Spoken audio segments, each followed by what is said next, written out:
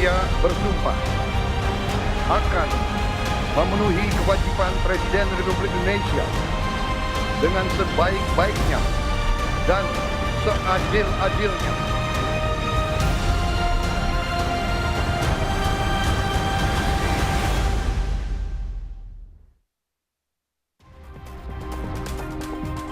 Saudara, Litbang Kompas merilis 100 hari pemerintahan Prabowo Gibran. Survei Litbang hari ini adalah tentang tingkat kepuasan para pemilih parpol terhadap kinerja pemerintahan Prabowo Gibran. Survei Litbang Kompas dilakukan dengan 1.000 responden yang dipilih secara acak dan tersebar di 38 provinsi. Survei ini dilakukan melalui wawancara secara tatap muka yang diselenggarakan pada tanggal 4 hingga 10 Januari 2025. Tingkat kepercayaan survei ini adalah 95% dengan margin of error plus minus 3,1%.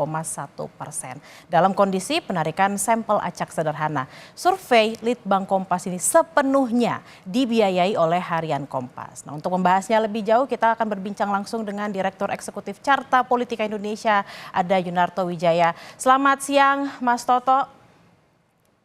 Selamat siang Bella. Mas Toto, ini kalau kita lihat tingkat kepuasan hari ini terhadap pemerintahan Prabowo Gibran menunjukkan potret yang kritis dari PDI Perjuangan dan juga PKS. Apa yang bisa Anda baca dari hasil survei hari ini?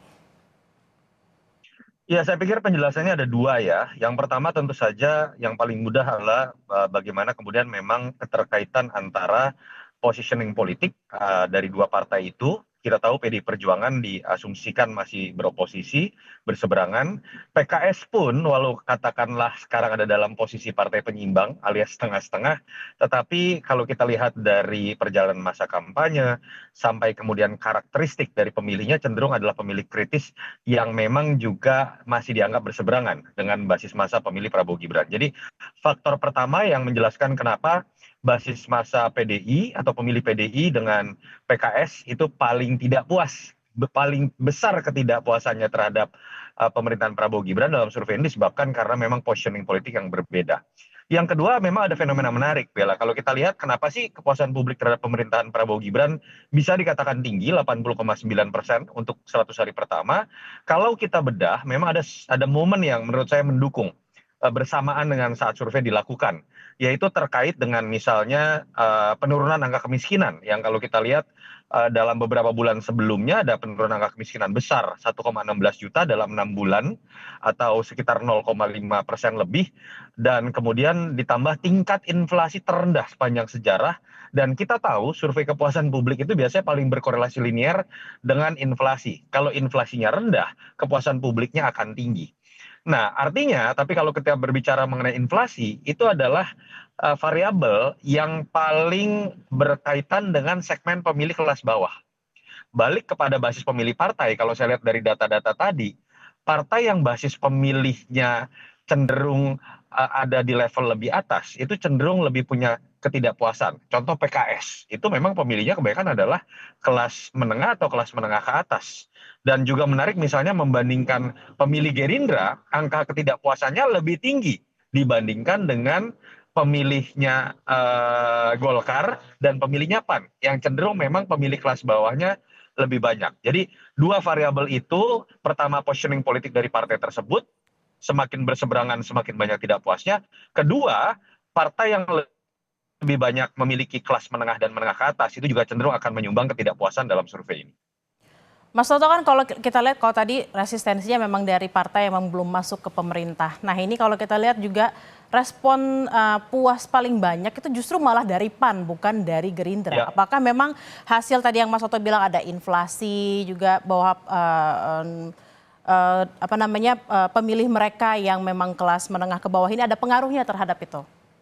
Ya ada, memang ini hipotesa ya, tapi memang kalau kita tanya brand image PAN dulu, sebetulnya kalau kita bicara pendirian PAN, dulu itu PAN itu terkenal sebagai partai yang dipilih oleh kelas-kelas menengah intelektual pada masa Amin Rais, karena memang PAN lahir dari gerakan reformasi. Tapi dalam perjalanannya, memang kalau kita baca dalam exit poll, survei-survei, kecenderungan pemilih PAN ini mulai bertransformasi dari pemilih yang berbasiskan intelektual, kritis, belakangan ini banyak kepada pemilih-pemilih di bawah Dan ini menurut saya linier ya, dengan beberapa kali kepemimpinan pada masa Mas Sutrisno Bachir dan Zulkifli Hasan mengulangnya dengan lebih masif. PAN ini kan banyak sekali diisi oleh artis-artis atau makanya sering disebut partai artis nasional misalnya. Walaupun itu terbukti efektif dalam peningkatan elektoral, walaupun itu kemudian menyebabkan PAN mulai bergeser segmennya menjadi pemilih kelas menengah ke bawah, dan menurut saya itu berkorelasi linier dengan adanya kepuasan publik yang memang disebabkan terutama oleh faktor perut yang memang sensitif terhadap kelas menengah ke bawah. Let's say kita bilang kalau misal dalam beberapa bulan ke depan, kemudian PDI dan juga PKS memutuskan untuk bergabung ke pemerintah, apakah memang survei kepuasan mereka akan berubah? Apakah mereka akan ikut puas atau seperti apa, Mas Toto melihatnya? Akan ada efek kepada pemilih-pemilih misalnya PDI dan PKS yang memang kecenderungannya adalah pemilih yang dependen atau pemilih yang memang dipengaruhi oleh keputusan para elitnya dalam mengambil positioning politik. Tapi harus diingat juga Bella bahwa banyak pemilih-pemilih dari partai di Indonesia termasuk pemilih PKS dan PD Perjuangan itu tidak bergantung sikap kekritisannya itu didasarkan hanya kepada barter politik atau negosiasi politik antara elit partainya dengan penguasa misalnya. Jadi tetap pasti akan ada kenaikan kepuasan, penurunan ketidakpuasan, tetapi tetap menurut saya PKS dan PDI kalau dilakukan survei lagi pun akan tetap menyumbang porsi terbesar dari ketidakpuasan karena proses dari pertarungan di pemilu kemarin itu biar bagaimanapun akan tersisa juga secara psikologi politik. Tapi catatan buat pemerintahan Prabowo Gibran adalah menurut saya bukan bagaimana menaikkan kepuasan sekedar di PDI dan PKS yang kepuasannya sekarang agak rendah, tapi pengalaman di 2015 setelah 100 hari survei nih, lalu kemudian dilakukan survei lagi di bulan-bulan berikut, kecenderungan efek bulan madu, yaitu efek bagaimana publik masih percaya terhadap pemerintahan baru, masih menaruh harapan, itu biasanya dengan mudah akan turun. Karena biasanya bulan madu ini hanya 3 bulan. Setelahnya masyarakat mulai akan kritis. Ketika ada masalah, ketika ada kebijakan yang dianggap tidak tepat, mereka cenderung dengan mudah akan mengeksplor ketidakpuasannya. Itu yang menurut saya harus jadi catatan buat pemerintahan baru ini.